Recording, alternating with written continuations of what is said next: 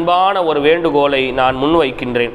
நீங்கள் தஹஜ்ஜத்தை தொழக்கூடியவராக இருந்தால், லுஹாவை தொழக்கூடியவராக இருந்தால், நஃபிலான வணக்கங்களை அதிகமாக செய்பவராக இருந்தால், ஐநேர தொழுகையை கடைபிடிப்பவராக இருந்தால், குர்ஆனை ஓதக்கூடியவராக இருந்தால், தர்மம் செய்யக்கூடியவராக இருந்தால், பயணம் செய்யக்கூடியவராக நீங்கள் இருந்தால், உங்களுடைய எல்லா நிலைகளிலும் எல்லா நேரத்திலும் நீங்கள் வயநாட்டு மக்களுக்காக அதிகமாக துஆ செய்யுங்கள்.